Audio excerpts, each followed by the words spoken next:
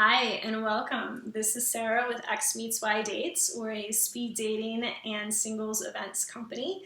And today's episode is going to be focused on the question, should you or should you not bring a friend to speed dating events? We get this question a lot, typically from people who it's their first time that they've ever gone to a speed dating event, or people who are thinking about going to a speed dating event and aren't quite sure what to expect. We understand it can be a bit nerve-wracking the first time you go. Now, once you get there, you realize it's actually a lot easier, but kind of the thought process going in, we understand the uncertainty can be, a little intimidating. So we hope that this episode will help to kind of answer some of the questions of the pros and cons to what it means to bring a friend to a speed dating event. So, what are some of the pros? Well, the pros are when you get to the speed dating event and you first arrive, there's usually a little bit of time to mix and mingle. If you have a friend there, you have a built-in wing person. You get a chance to kind of go with someone else to mingle and meet all these new people. Same thing goes for the break. You've got this built-in wing person, someone to navigate the break with. You got your friend there as support, right? The end of the night, same thing. You don't have that kind of ending period where you have to figure things out. You've got a friend and you can just kind of, mix and mingle with them and then figure out what you want to do after that point, whether you want to go out for drinks later and, talk about the night, whether you want to, grab a couple of the other people that went to the events and do it together. Or whether you just want to go home, but you have kind of that built-in support system. That's the pro.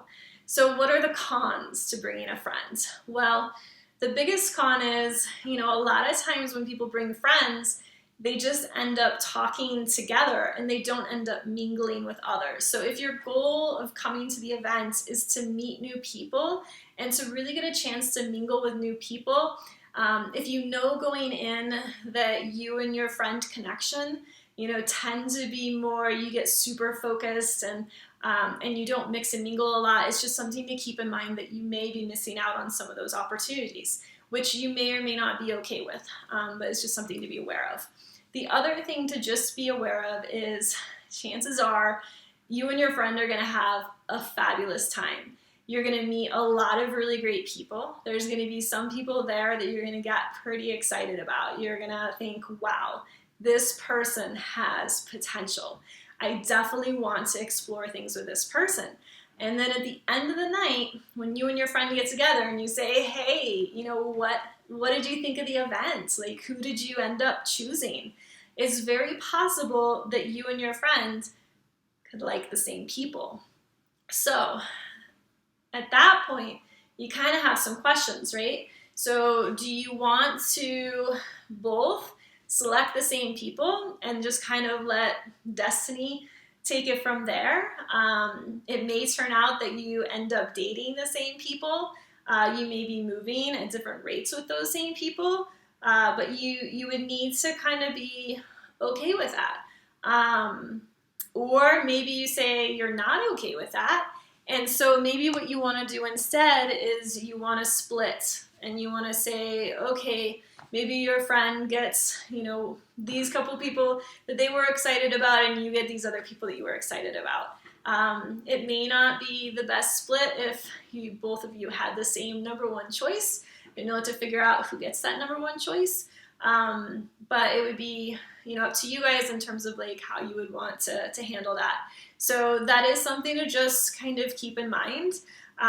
If we fast forward even further, let's say, for instance, you guys both did have the same number one top choice, and let's say 3 months in, whoever got to choose that number one top choice is now in this serious relationship with this person that was your top choice, and this is a close friend of yours, and you're seeing these two people together on a regular basis. You would need to be okay with that, right? So those are just some things to keep in mind. You know yourself better than anybody else. But these are just some insights in terms of what are some of the things that it means to bring someone to an event. And then you can decide whether or not it makes sense for your situation. The other thing to just keep in mind is most people do come alone. Most people do find that coming by themselves works really well. Excuse me. And a lot of times what they do is they actually just bring a friend to come at the end. And so that way that person isn't there during the whole event. They don't have, some of the cons that we talked about. Instead, they just have that person there for kind of that final boost at the end. Some people actually have their friend hang out off to the side the entire time.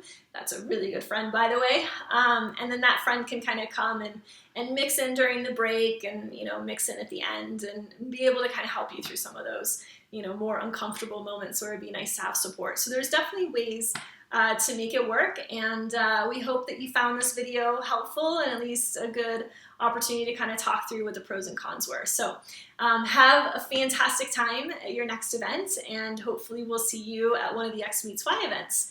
And we have many other episodes if you're interested in learning more about what the speed dating process is. Thanks and have a great day.